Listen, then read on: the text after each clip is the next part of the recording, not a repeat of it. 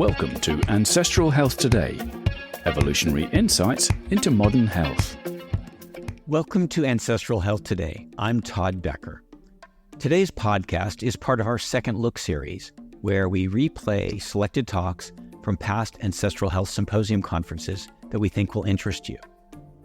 For today's Second Look, I'm combining two AHS talks by Dr. Ron Rosedale, his 2012 talk at Harvard on diabetes, and his 2019 talk in San Diego on cancer.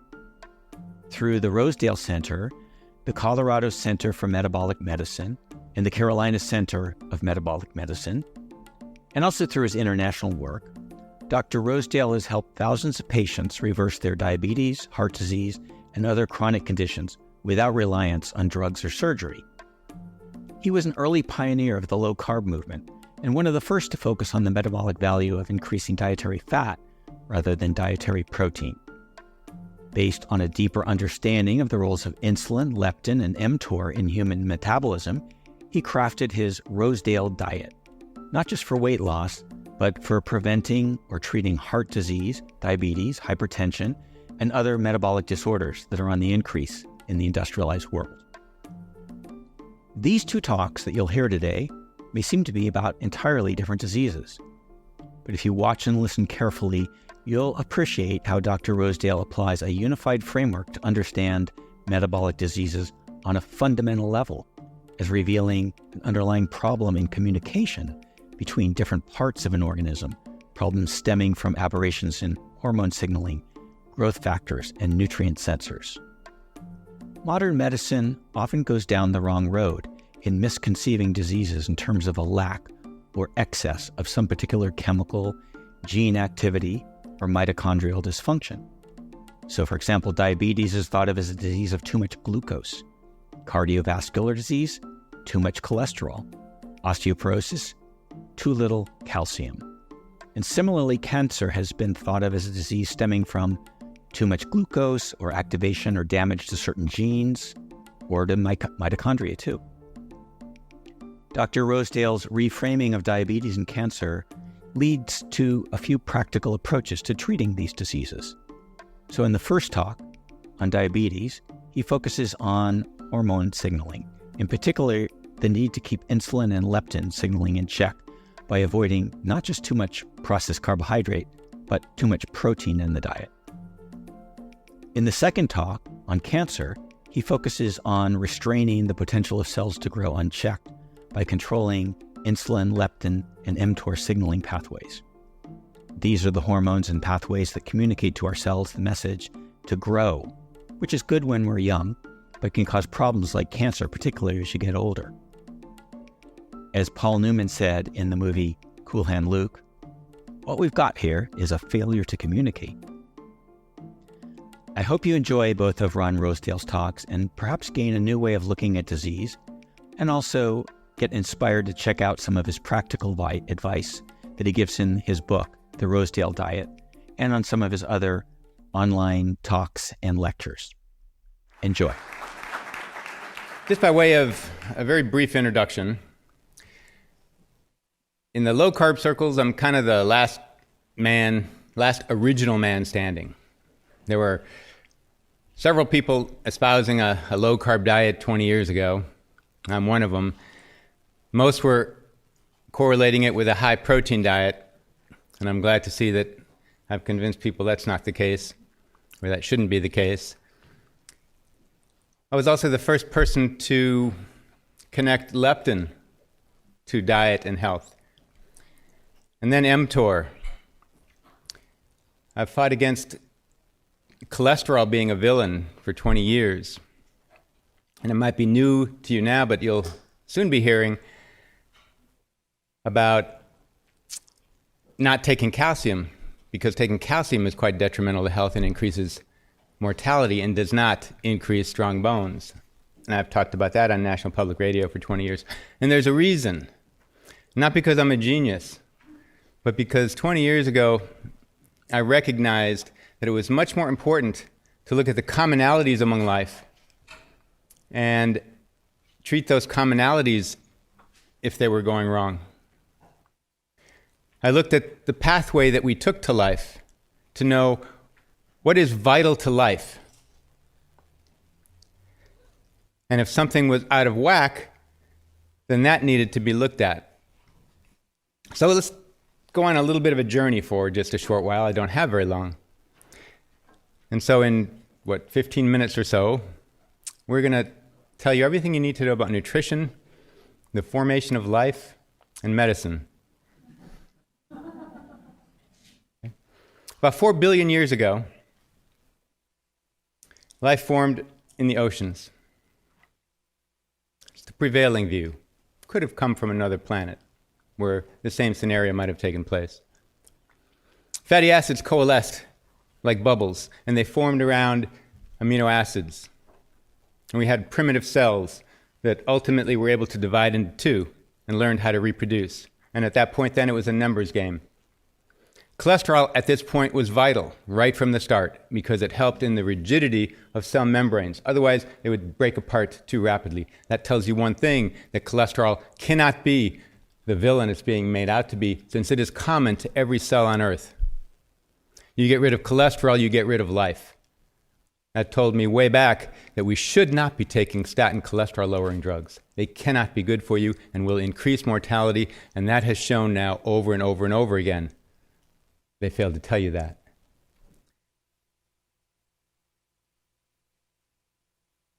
It became a numbers game. Those organisms that could reproduce the fastest were those most likely to survive. And at that point, glucose was the dominant fuel. It's a very simple molecule, and you can burn it without oxygen. There was no oxygen in the atmosphere at that point. Fat could not be used as a fuel, fatty acids. Good thing, didn't have to eat its own membrane, which delineated it from the world and kept its separateness. But you cannot burn fat without oxygen, but it's very easy to burn glucose without oxygen. That's really important, that fact.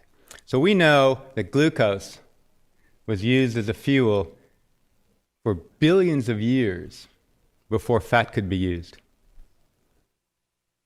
There had to be nutrient sensors that formed that told cells when to start reproducing, when fuel was available, meaning glucose. So when glucose was dominant and there was a lot of glucose, cells said, let's go, let's make hay while the getting's good. And they would reproduce as fast as possible. Those are our ancestors. Okay? We still have that genetic heritage in us. And when those signals come forth, when glucose is very available, and nutrient sensors, such as insulin, start telling the cells to start reproducing as fast as they can, we end up calling it cancer. Okay? Cancer is a default condition. It has to constantly be kept in check, dependent on nutrient availability. Cells formed colonies because in unity there is strength. There's a physical limit to how big cells can form, and so to get bigger, there were colonies of cells. Okay? That required then extracellular communication. There had to be communication among the parts to tell the parts what to do for the common good. Forming colonies was really smart for two reasons. Because by this point, there were plants, single-cell plants that were putting out oxygen. Oxygen was not the life-giving chemical that it's made out to be right now. It was likely the very first weapon of mass destruction. It was theorized that it destroyed at least 90% of life on Earth. It oxidized, and the poor ancient life had no means of antioxidation. Oxygen burns, and it virtually burned up almost all life. So cells would huddle together, and those that could be more resistant to oxygen were on the outside, and those that were more sensitive were on the inside. And we got sort of a division of labor. Antioxidant systems were built up, and especially mitochondria, which was a type of bacteria, learned how to use oxygen to burn food rather than burn itself. Symbiosis took place where a mother kind of ate a mitochondria and learned that they could cooperate together and use that mitochondria to generate energy from food while at the same time protect itself from the damage of oxygen. And it, in turn, would supply the mitochondria with food substrates to use. That division of labor was really important because another division of labor came forth. There had to be a means of documenting what was good and what worked and what wasn't. So genetic apparatus came along very early in the ballgame. At first, it was probably some sort of informational protein molecule. Then it's probably acknowledged that it was RNA. Later, morphed into DNA. So we had then a division between the important informational molecules that tell how to make and maintain life, called the germ cells, or the germline, and the soma, the body, that took care of the germ cells. Okay? We still have that division of labor. It is the most important division of labor that there is. Why? Because that is why we age. That is why we die. Okay, early on, when you were just single-cell bacteria, dividing and dividing and dividing, a numbers game, there really was no death. They just kept dividing. There's no corpse. Maybe occasionally from accident if you stepped on it, but not through disease as such. However, with the advent of the division of labor between the genome and the soma's purpose now was to protect that genome. It's the temporary caretaker. It's supposed to handle that baton and run with it to the next soma. Protect it, be its shield, and take the environmental hits, and then pass it on, tired and spent, to the next soma to do the same thing in a perpetual relay race, and then get off the track and die. This is what nature wants, and this is nature's purpose, and it is very important to understand that the soma, that you think of yourself as yourself, the body, is there to protect the genome, and all nature cares about is that we can protect that genome enough to get it to the next generation and allow the progeny to stand on its own 2 feet. And then nature does not care about us, and it allows us to die because we've fulfilled our purpose and have no more purpose. So, when you hear, let's just do what's natural, doing what's natural is making a baby, making sure that it can walk and eat, and then dying. Post-reproductive lifespan is irrelevant to nature, with that exception. So what we're trying to do, at least if you're my age and post-reproductively, and you are trying to live as long and as healthy a life as possible, that is not natural. We are trying to do what is not natural. And the only way that we can accomplish that, the only way we can really make headway into the chronic diseases of aging, is to learn how nature has endowed us with tricks so as to at least get to reproductive age, and it has. We know now that there is a common genetic pathway that virtually all life has, and especially all animal life. And it can be turned on or it can be turned off. And it's regulated by nutrient-sensing hormones that correlate nutrient availability with reproduction. In the ancient ocean, I told you that was one very important fact, and that was that glucose was the dominant fuel, and these rules were set up when glucose was the dominant fuel and not fat. Fat came later. Fat didn't come until mitochondria became incorporated in other cells, because mitochondria are the only organs that can burn fat because it can use oxygen. So, you have insulin, that is the major nutrient sensor of glucose. You've got mammalian targeted rapamycin, which is a metabolic pathway that is a nutrient sensor for protein, and you've got leptin, which is the nutrient sensor for fat. The two main building blocks of life early on that were required to build any life, and nutrients were glucose as a fuel and proteins. And so the nutrients that regulate all nutrient sensors, that then regulate a genetic pathway of longevity, are insulin and mTOR.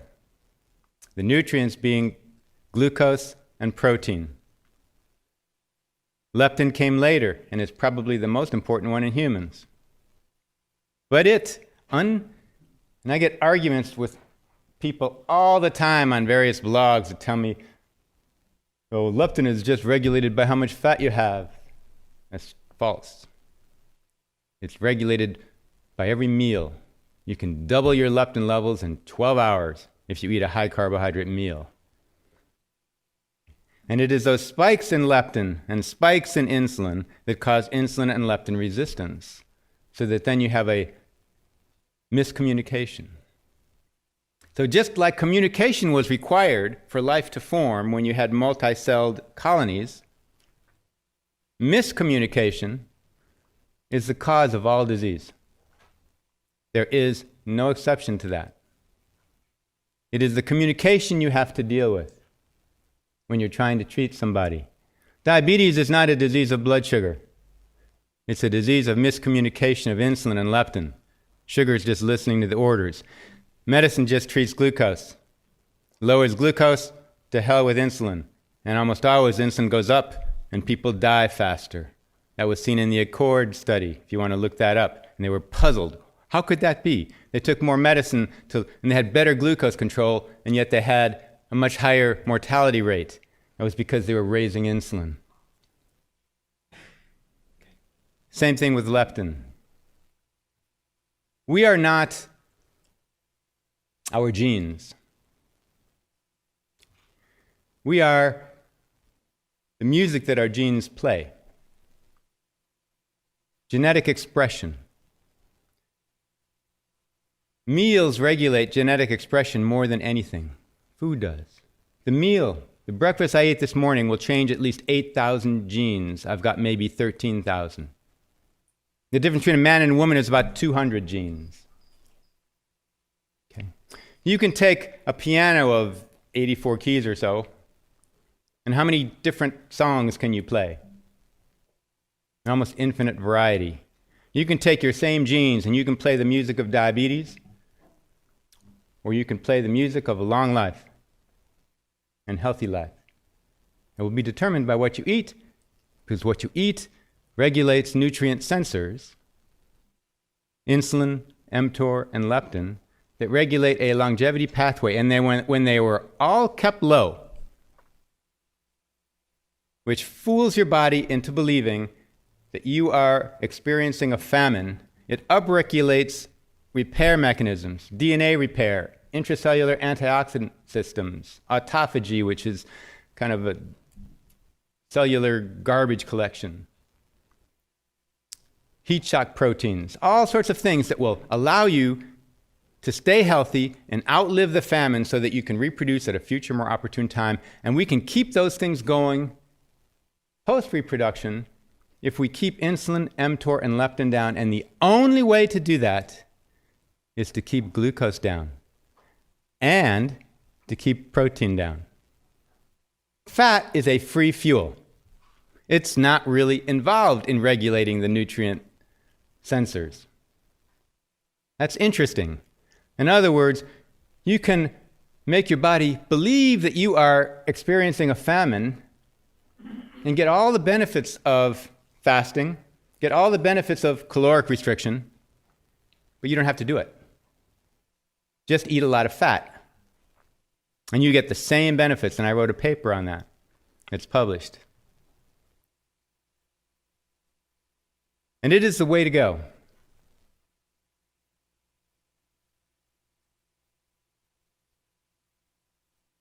Any questions? I think I have about, 2 minutes?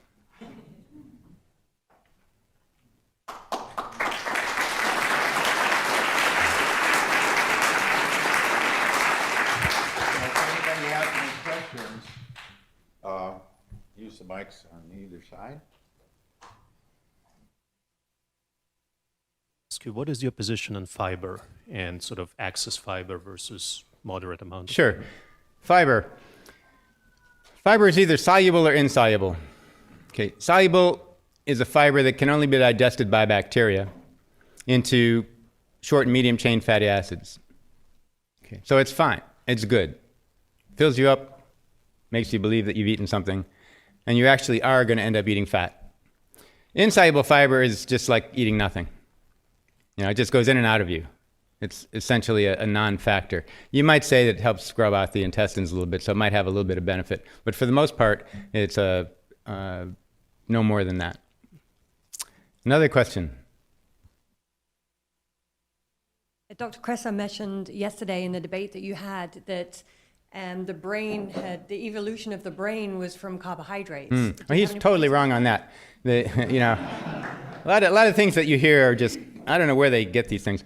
It could not have been that way. Impossible. Because we know that our brain consumes a lot of energy. A newborn consumes almost 70% of the energy requirements of that body. Okay.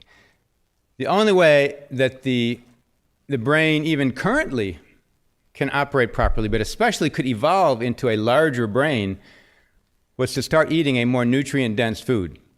Because you can only utilize fuel that has energy over and above what you're going to expend to get it.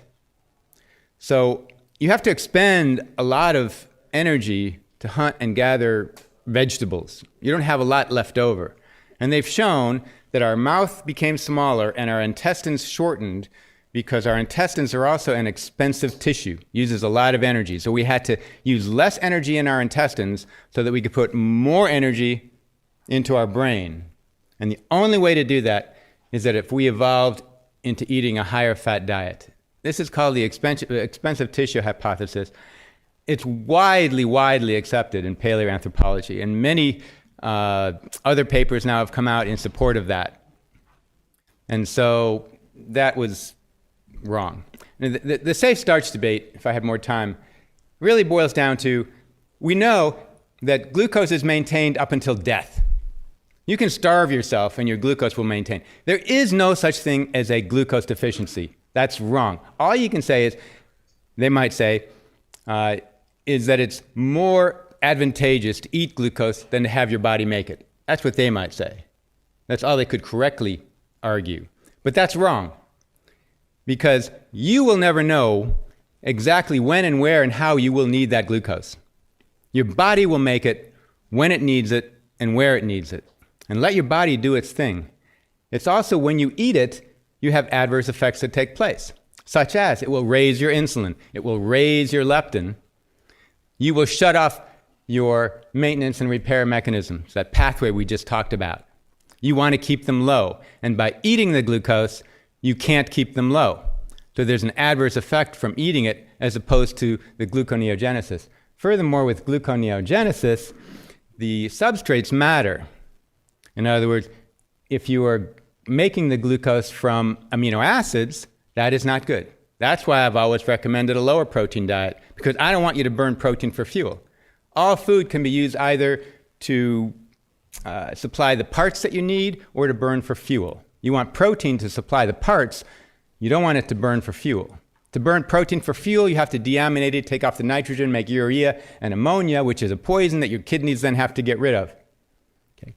So we do not want to use protein as a substrate to make glucose, but we don't have to. On a high-fat diet, you use the fat to make glucose. The glycerol, you can make glucose. The ketones, well, your body preferentially burns ketones, and many studies show that ketones are a much healthier fuel for nerves and your brain and almost every other tissue, including your heart, which will pump harder on ketones than it will on glucose.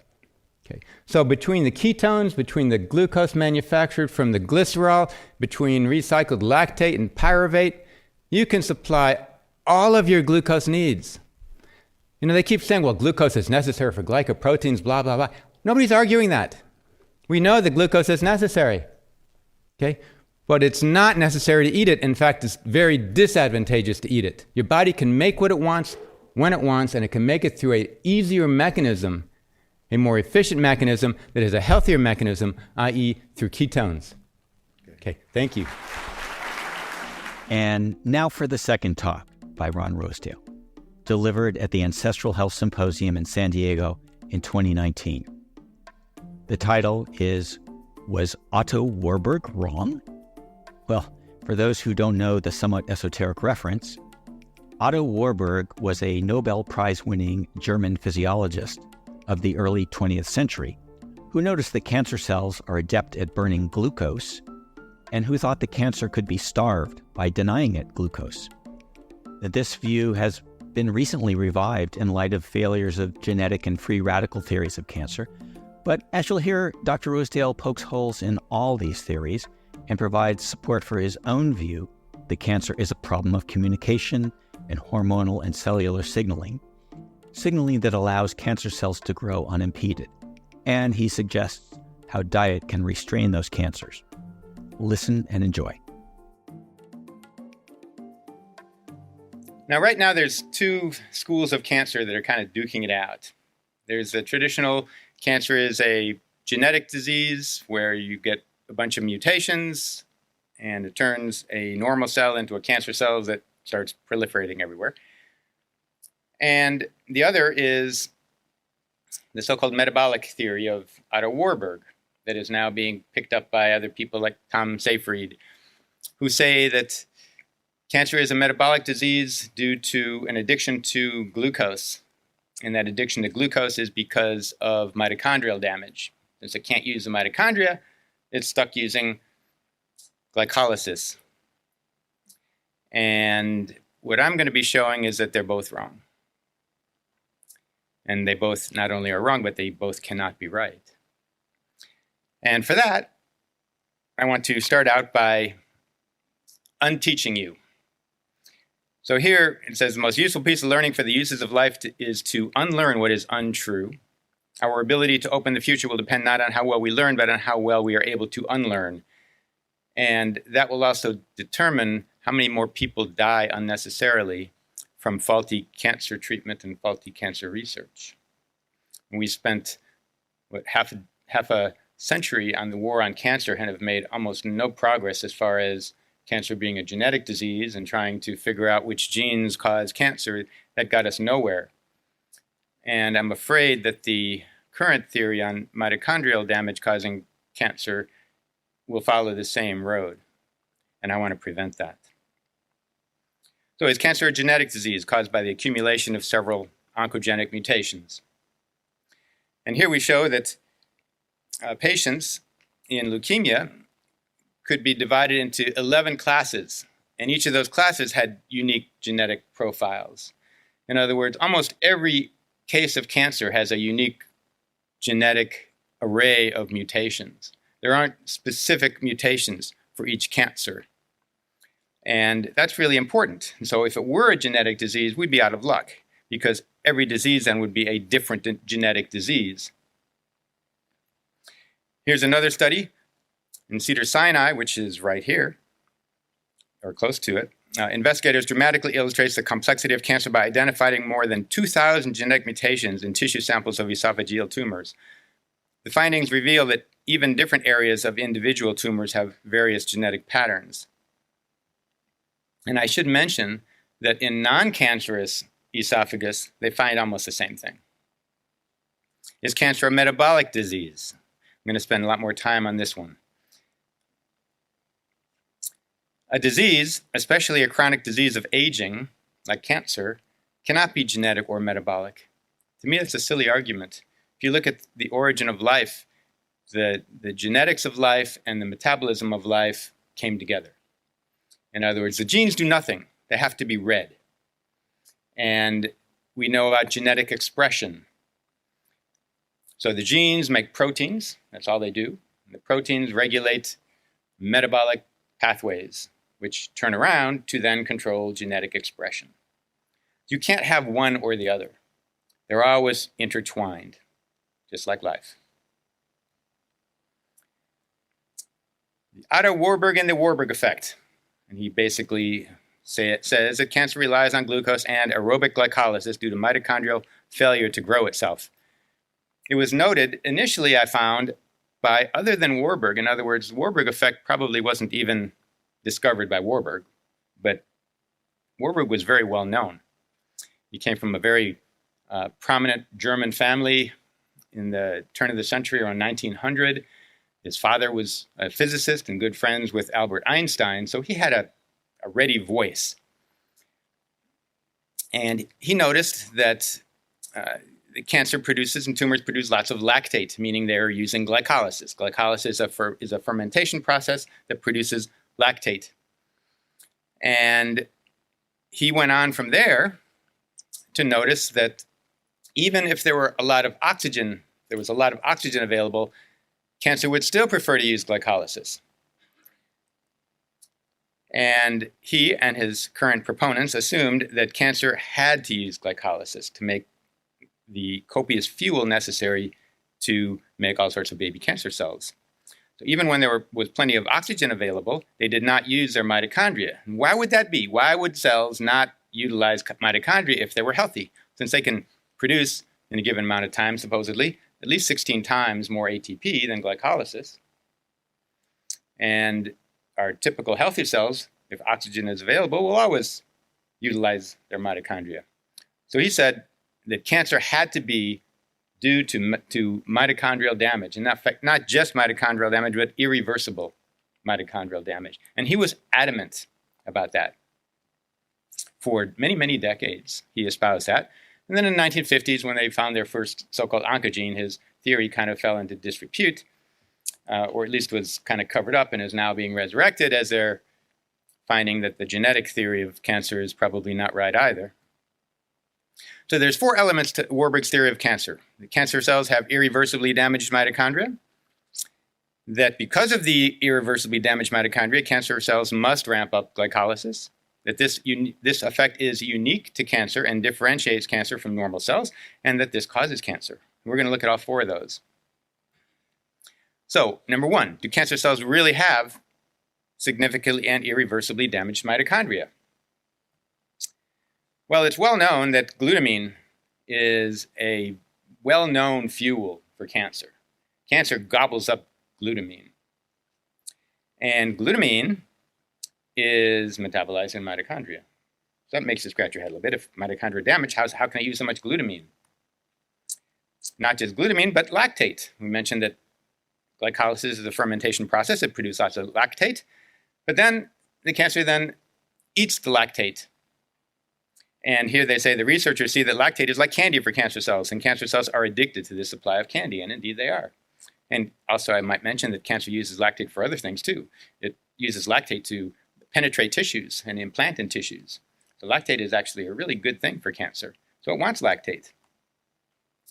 Taken together, our results demonstrate a link between lactate metabolism and the mitochondria of fermenting mammalian cells. In other words, lactate is utilized in mitochondria. They can't be too damaged. Ketone body utilization drives tumor growth and metastases. Nutrition-deprived hepatocellular carcinoma cells employ ketone bodies for energy supply and cancer progression under nutrient deprivation stress, just like us. You don't have a lot of nutrients, it just burns ketones. But the thing is, ketones are also burned in mitochondria. In other words, mitochondria are apparently used for lots of things here. And not just ketones and not just lactate and not just glutamine, but fatty acids. Many cancers use fatty acids, especially those cancers that have a ready supply of fatty acids, such as the omentum, the fat in the belly surrounding the pancreas, for instance. Pancreatic cancer, we know, also utilizes fatty acid oxidation. Breast cancer uses fatty acid oxidation. And of course, fatty acid oxidation is done in exclusively mitochondria. In particular, the proliferative clonal expansion of cancer stem cells appear to require mitochondrial metabolism related to the reuse of ketones and lactate. In other words, cancer stem cells. We know now that cancer isn't just a single type of cell. It's a society. It's a colony of cells. And just like we have stem cells, cancer has stem cells too. And it's the stem cells really that perpetuate the cancer. And in particular, they're the ones that are instrumental in metastases and proliferation. And so our effort to research cancer in petri dishes almost exclusively misses the cancer stem cells. Cancer stem cells are a tiny, tiny fraction, fraction of a percent of all the cells. So when they take a biopsy and put it in a petri dish, the chances of them even getting a single cancer stem cell is somewhat remote. And yet it's the cancer stem cells that are really instrumental in determining whether that patient is going to die or live. And it's really the cancer stem cells that we have to focus on. And cancer stem cells have different metabolism than other cells. In particular, they use a lot of mitochondria, mitochondrial oxphos. And here they're saying they like to use ketones and lactate and fatty acids and anything that they can get. And ketones and lactate increase cancer cell stemness, driving recurrence, metastases, and poor clinical outcome in breast cancer. Lactate and ketone promotes the cancer stem cell phenotype, resulting in significant decreases in patient survival. Consistent with the idea that cancer cells use their mitochondria to generate energy, the metastatic phenotype is directly associated with an increase in mitochondrial metabolism in cancer cells. An increase in oxidative mitochondrial metabolism in cancer cells is associated with tumor recurrence, metastases, and poor clinical outcome. Here, oncogene ablation-resistant pancreatic cancer cells depend on mitochondrial function, a lot to burn fatty acids. The oncogene ablation-resistant pancreatic cancer cells, by the way, is the most virulent kind that kills almost everybody. The entire premise of Warburg and his current proponents, such as Tom Seyfried, is based on the assumption that an uptick in glycolysis means reduced mitochondrial activity. They figure, why would cells not use mitochondria if they were healthy? So the entire theory is based on the assumption that cancer is having to use glycolysis, that it can't use mitochondria. Well, it uses mitochondria anyway. But does an uptick in glycolysis even mean reduced mitochondrial activity? And here it shows no. The assumption is wrong. There's another alternative. And that is that this is what is typically thought, that you turn up glycolysis and mitochondrial oxphos is turned down. There's like a switch, one or the other. But here they're finding there isn't a switch, one or the other. It's both. Cancer is proliferative. It wants all the energy it can get.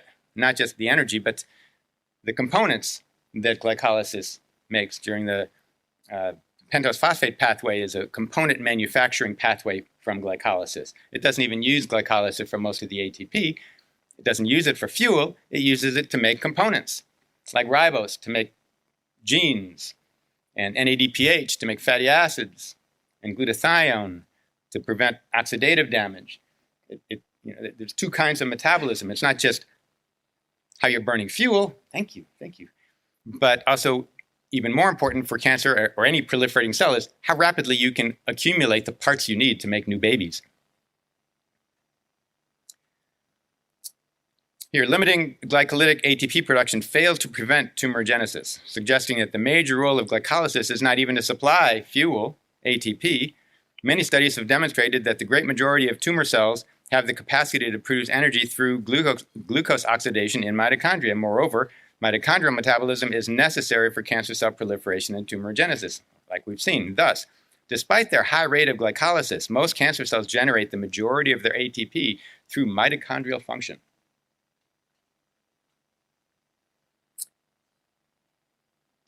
The observations that cancer cells simultaneously oxidize and ferment glucose has engendered confusion over the role of respiration, mitochondrial respiration, in the Warburg effect, particularly as Warburg misinterpreted his own early observations and promoted the erroneous idea that damaged respiration is the sine qua non that causes increased glucose fermentation in cancer. How many people have heard of Herbert Crabtree? Nobody. Herbert Crabtree was kind of an obscure English gentleman. The people that know him are wine manufacturers. All wine manufacturers know about the Crabtree effect. And he lived virtually the identical time as Otto Warburg. But Otto Warburg was, as I say, much better known because of his family. And he was German, and this was the heyday of German science. Everybody listened to the German scientists, and rightfully so. They were really smart, did a lot of really great things. And here's little Herbert Crabtree noticing some things. And in 1929, so Otto Warburg started publishing his papers on mitochondrial damage causing cancer in 1926. 1929, Herbert Grace Crabtree states that Warburg postulates a disturbance of respiration, meaning mitochondria, as being the fundamental cause of the development of aerobic glycolysis. Aerobic glycolysis, again, is when glycolysis is used even when oxygen is present, when typically cells would kind of switch over to more mitochondrial oxphos.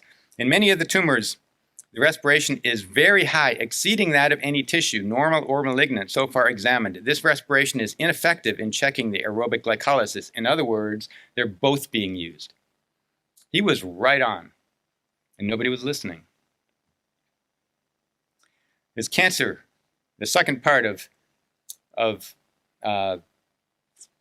Warburg's theory is that cancer is forced to use glycolysis. Well, we've already cast doubt on that, but we'll continue.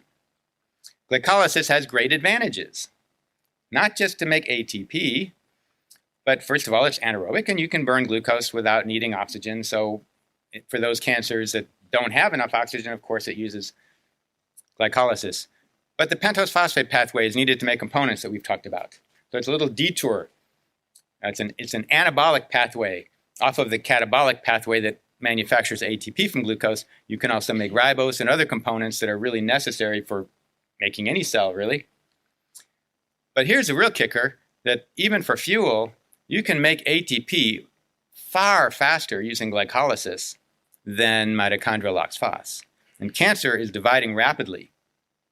And if there's enough glucose available, it'll far prefer to continue to use glycolysis, whether oxygen is present or not, because it can make sometimes up to 30 times faster ATP than mitochondria. So in a given amount of time, given the resources, you can actually make more ATP using glycolysis than you can mitochondrial oxphos. That's little known. Also, I mentioned that cancer actually wants to use the lactic acid that it makes in fermenting glucose. Also, it's been shown now pretty interestingly that cancer purposely tries to steal glucose from white blood cells. It's competing with white blood cells. White blood cells are rapidly proliferating too, and we will show that they prefer glycolysis also. In other words, glycolysis, you'll see, is not just unique, or aerobic glycolysis is not unique to cancer cells. It's found ubiquitously in all rapidly dividing cells. They all prefer aerobic glycolysis. And so we have white blood cells that are trying to kill the cancer, and the cancer doesn't want to get killed. And one way that cancer can outpace the white blood cells and avoid being killed by them is to steal the glucose from them. So the more rapidly it can take glucose, the better off it will be. I mentioned this, much faster. At least half the carbon atoms required for nucleotide synthesis are derived from the pentose phosphate pathway intermediate ribose 5-phosphate. Ribose is made in the pentose phosphate pathway, the little detour off of glycolysis. You can't make new genes, which means you can't make new cells without ribose, which means you have to use glycolysis. What this is telling us is that cancer doesn't have to use glycolysis because of mitochondrial damage or anything. Cancer, like all rapidly dividing cells, wants to use it. It's purposely going out of its way to use glycolysis. It doesn't care if oxygen is present or not. When it's rapidly dividing, initially, it's going to use glycolysis. And so the whole premise that cancer is using glycolysis because of mitochondrial damage just gets thrown out the window when you find out that cancer is not forced to use glycolysis but is actually desirous of it. Is the Warburg effect unique to cancer? Does it differentiate cancer from normal cells, which is the third part of Warburg's theory? The answer to that is absolutely not. It's in all rapidly dividing cells. It's in rapidly dividing white blood cells when they're called upon, the T killer cells, the NK cells, all the cells that rapidly divide to try and fight an infection or cancer, has an almost identical metabolism to cancer. also when we're a fetus. When you start out, sperm hits the egg and they start rapidly dividing. Same metabolism, and they use aerobic glycolysis. The Warburg effect is no Achilles heel. It's common to all rapidly dividing cells, including immune cells. Now, mitochondrial damage, what Warburg noted, was correlated with cancer. I cannot tell you how many times correlation is confused with cause in medicine. You see that with cholesterol, you see it with calcium. It's all over the place. And in other sciences, you just don't make that mistake. But in medicine, it's made all the time, and this is just another example of it. Yes, mitochondrial damage may be correlated with cancer, but does that mean that the mitochondrial damage caused the cancer, or possibly did the cancer actually cause the mitochondrial damage? And we'll find it's actually the second. We have found that mitochondrial dysfunction in cancer cells correlates with abnormally increased mitochondrial replication. Okay, you have rapidly dividing cancer cells. That means you have to have rapidly dividing mitochondria.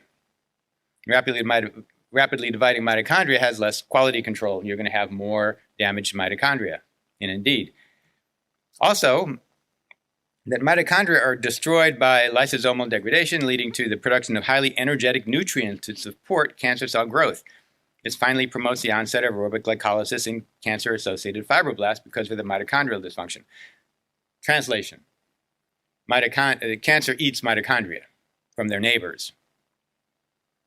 They're nice and nutritious. So when they're multiplying rapidly and they want to use glycolysis, there's no need for the mitochondria. They'll eat them, obviously producing fewer in number and some damage to the mitochondria because they're being used as fuel. So the cancer is actually causing whatever associated mitochondrial damage there might be. Also, they're talking about the cancer-associated fibroblasts, by the way, are non-cancerous cells. We find that cancer is a society, and it's made up of cancer cells and non-cancer cells. And the non-cancer cells are basically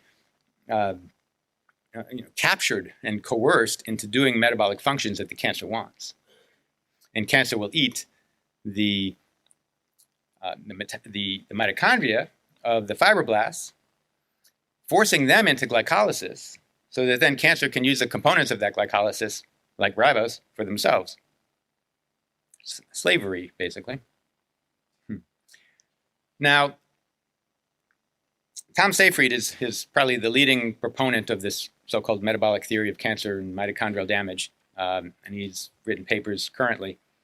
And he uses the results of cybrid experiments that Warburg didn't have the use of at that time. So I want to look at some of the cybrid experiments. So this is a paper in 2015 from Tom Seyfried, and he states that in contrast to the somatic mutation theory, emerging evidence suggests that cancer is a mitochondrial metabolic disease, according to the original theory of Otto Warburg. The findings are reviewed from a nuclear cytoplasm transfer experiment that relates to the origin of cancer. The evidence from these experiments is difficult to reconcile with the somatic mutation theory, but is consistent with the notion that cancer is primarily a mitochondrial metabolic disease. We're going to see that that's also a correlation. Tumors reappeared in some clones after extended cultivation of the cells in vitro. The effects of the unnatural cell culture environment on mitochondrial respiration could account in part for the reversion to tumorigenicity. So what these cybrid experiments do, they take a cancerous nuclei and fuse it with a non-cancerous cell, and they find that the cell does not become cancerous. Well, they're thinking, well, if cancer is due to genetic mutations, if you take a cancerous nuclei with all the genes and stick it in a non-cancerous cell, it should become cancerous. But he's saying it doesn't for a while. They carried out these experiments for like 3-4 months or 3-4 weeks. But he did notice that after a while, the cells did become cancerous. And he's blaming that on the unnatural cell culture environment, on mitochondrial respiration, which could account in part to the reversion to turning into a tumor. In other words, the effect only lasted for a while, and he's blaming the rest on some weird thing on culture. And the other part is if you take a non-cancerous nuclei and put it into a cancerous cell, or fuse it with a cancerous cell, the cell will stay cancerous. What he's saying is then that cancerness resides in the cytoplasm and not the nuclei. And he's saying this is really good evidence, or he calls it almost proof, of the mitochondrial cause of cancer. Well, there's another thing wrong with that. Number one, there's a lot of other things in the cytoplasm other than mitochondria, such as ribosomes that make all the enzymes that carry on chemical reactions. Okay? So you set up the genes, make ribosomes that are in the cytoplasm that make proteins, and they're factories. And they keep churning out the proteins. The cytoplasm continues to do its job, and you have all the chemical reactions are continuing to take place because the ribosomes are still there. The factories that make all the enzymes that dictate all the chemical reactions that are taking place. They didn't know about this paper, apparently. Preservation of normal behavior by enucleated cells in culture. In other words, if you take the nucleus out of a cell, it just goes about its merry way as if nothing has happened for at least 3 to 4 weeks. It takes that long before the genes can actually manufacture new ribosomes that can manufacture new enzymes that can then dictate different chemical reactions and make the cell do something different. In the meantime, the cell is just going on its merry way with the stuff that's already been made previously. This is why it took 4 weeks that Tom Seyfried noticed that, oh yeah, tumors reappeared in some clones after extended cultivation, like 4 weeks. The effects of the unnatural cell culture environment. No, it's not the effects of the unnatural cell culture environment. It's the fact that cells are now able to make new proteins. So the Cybrid experiments you can throw away. They mean zero. Suppressing mitochondrial function, conversely, inhibits cancer rather than encouraging it. Oh, and I've only been going for 25 minutes. I got 15. So, all right, 12 minutes. Do I hear 13? 14. Okay. Because I'll need it all. We know now that one of the really good ways to suppress cancer and to treat cancer is actually to inhibit mitochondrial function. Metformin, we know, inhibits mitochondrial function. Now it's being used quite extensively to treat cancer and really extend life. It's being used as a life extension drug. One of the major reasons it extends life is by suppressing mitochondrial function and inhibiting cancer. Antibiotics. I mean, mitochondria used to be like bacteria that got gobbled up, and antibiotics will not kill, but inhibit the function of mitochondria. All of these things they find inhibit cancer stem cells, and that inhibits cancer and metastases. And metastases is what kills everyone. And so it kind of flies in the face of this mitochondrial theory. In other words, injuring mitochondria, inhibiting mitochondria hurts cancer, not causes it. The mitochondrial damage theory is just another genetic mutation theory. So here they're saying, well, we don't believe in genetic mutation, but that's what they're talking about when they talk about the mitochondrial theory. They're saying it becomes mutated and irrelevant, doesn't work. It's an offshoot of the mitochondrial free radical theory of aging. My background is in the biology of aging, and I can tell you right now that the mitochondrial free radical theory of aging is passé. It's like archaic. Nobody really believes in it anymore. Here we review findings that suggest that the age-dependent mitochondrial dysfunction is not sufficient to limit lifespan. Mitochondrial reactive oxygen species are not always deleterious, in fact, can stimulate pro-longevity pathways. They find that, like, when you take too many antioxidants, you actually can increase your risk of cancer. You actually shorten your lifespan. That we need oxidation. The oxidation elicits what's called a mitochondrial damage response. That, it's like exercising. You damage your muscle, you get stronger. You damage the mitochondria, they actually get stronger. You get healthier.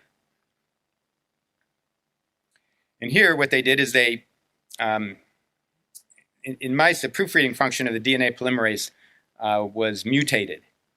And these mutator mice are born with a mitochondrial mutation burden 30 times higher than that of wild-type mice, yet they lack overt phenotypes and have a normal lifespan. In other words, causing mutations 30 times more rapidly doesn't hurt anything. That's not where the problem lies. It calls into question whether naturally occurring slow mutation of age-related mitochondrial DNA mutations has a leading role in causing aging rather than representing only one of the types of damage accumulation that accompany aging. That's true. So Warburg interpreted tumor lactate secretion as an indication that mitochondrial oxphos was damaged. However, numerous studies, including Warburg's original work, failed to demonstrate defective respiration as a general feature of malignant cells. Instead, mitochondrial respiration and other mitochondrial activities are required for tumor growth. In fact, help tumor growth, especially cancer stem cells. Furthermore, in non-cancer cells, the Warburg effect is a reversible phenomenon tethered to proliferation, indicating that it reflects proliferation-associated changes in metabolism rather than a unique feature of malignancy. Okay, that's kind of a summary of this.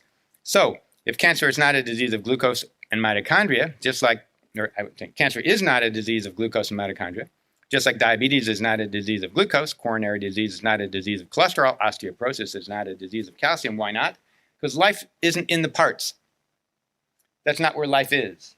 Life is in the interaction of the parts. It's in the communication of the parts. All disease, like life, is due to communication or miscommunication. That's where you have to look. You have to look what's being miscommunicated between the parts. It's not a defective part. If it's defective mitochondria, then why are they accumulating? Why aren't we getting rid of them? And where's the communication that allows mitophagy, so-called the gobbling up of defective mitochondria? Everything's going to be in some sort of defective communication that otherwise would preserve life and health. Here's what's missing. Okay, this is metabolism. This is communication. Somewhere in here, there will always be a problem. It's not going to be in the mitochondria. It's not going to be glucose. It's not going to be calcium. It's not going to be fat in arteries. It's just not where you look for disease if you want to really get to the root of it. So if cancer is not a disease of fuel or mitochondrial dysfunction, then what?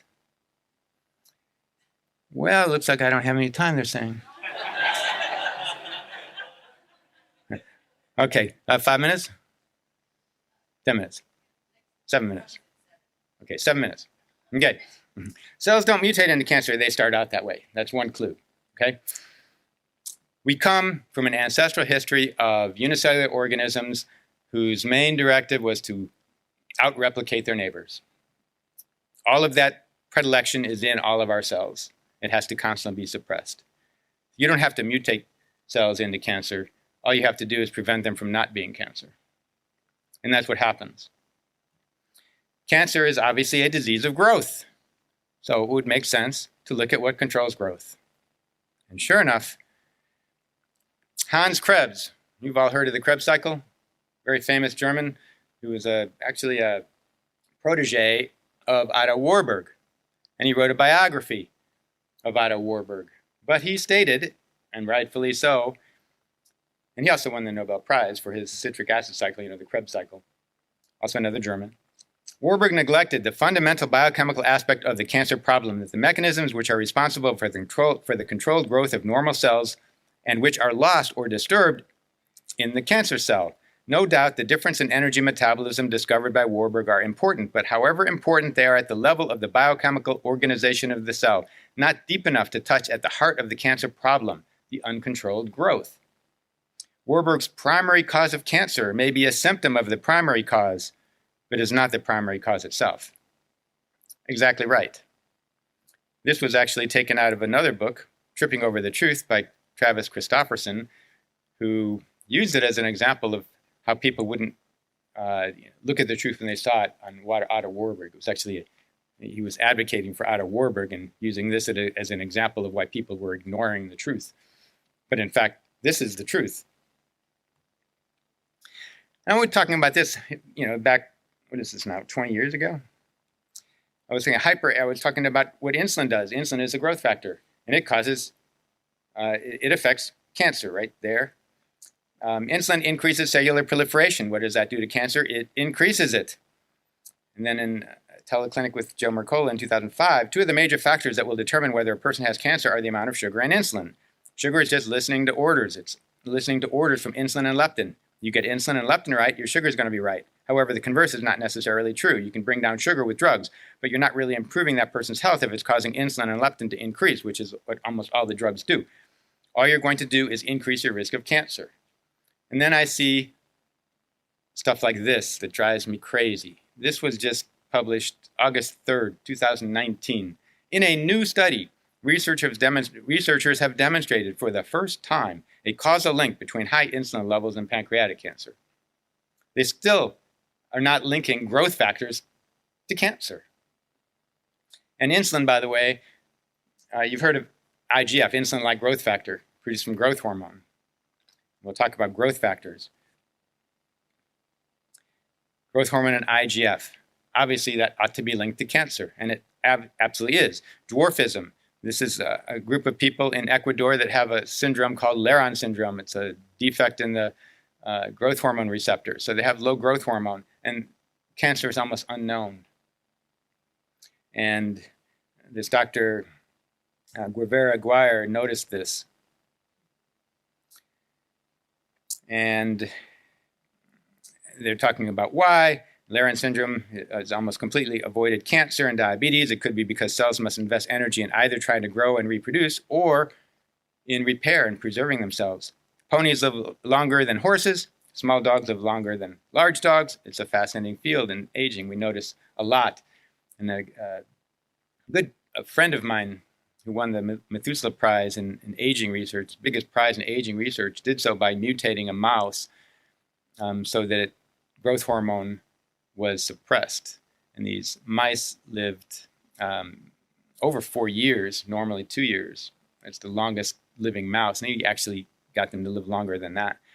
So there's a huge theory in aging that growth plays a huge role in the aging process itself and cancer.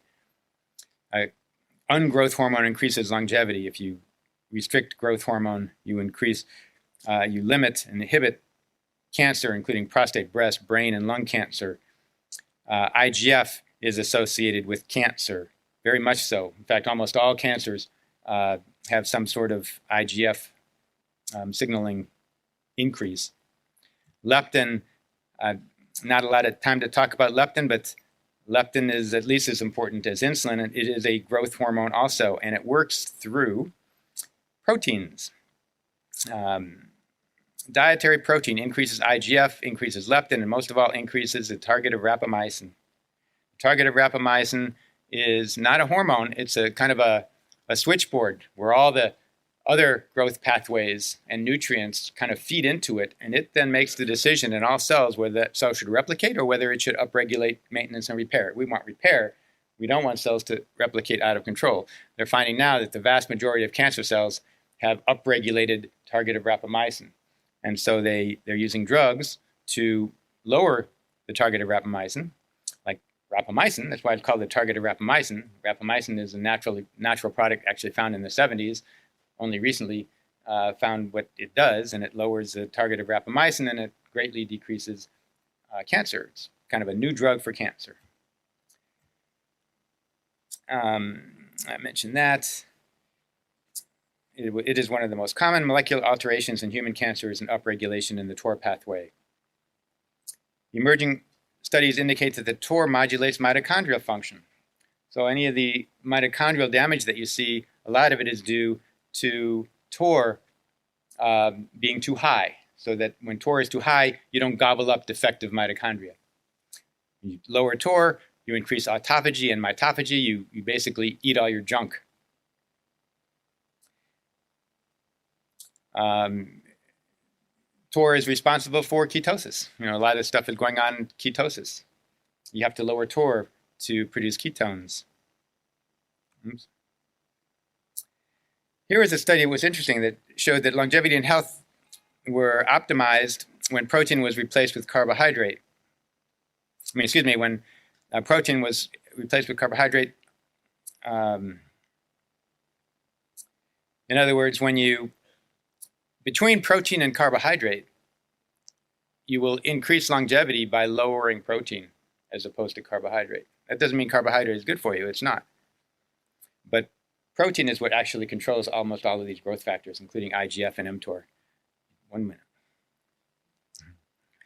We see that a long-lived diet is a low-protein diet, and we have found there's a mechanism how that may be working. TOR, a recent study appeared in Nature showing that feeding rapamycin to mice inhibited TOR and extended their lifespan. And they're using it now for breast cancer. You can read more about TOR in a talk I gave in 2006, Protein, the Good, the Bad, and Ugly. It's all over the internet. The best drug to reduce TOR signaling, to slow aging, and the chronic diseases of aging associated with it is already available. Avoid high protein. Avoiding high protein is probably the most important thing you can do to both treat and prevent cancer. Lower TOR, increase autophagy, mitophagy, eat and recycle your own damaged proteins. The protein content of breast milk. How much protein should you eat? Well, the protein content of breast milk is about 1 gram per kilo per day. Nobody will ever have more rapidly dividing cells than when you are an infant. Nobody should need more than 1 gram per kilo per day. And in fact, most of us, certainly as adults, shouldn't need more than 0.75 kilograms, or if you're 0.75 grams per kilo per day. And if you have cancer, I'd go down to even 6 grams per kilo per day. Your health and lifespan will mostly be determined by the proportion of fat versus sugar you burn over a lifetime, and that will be determined by the communication of insulin, IGF, leptin, and especially TOR. Cancer is not glucose-driven. It is not driven by mitochondrial dysfunction. It is driven by growth signals, particularly TOR, and that is most controlled by the protein that you eat. You got to be careful of your protein. Done. Thanks. Thanks for joining us on this episode of Ancestral Health Today. We hope you enjoyed our discussion on how evolutionary insights can inform modern health practices.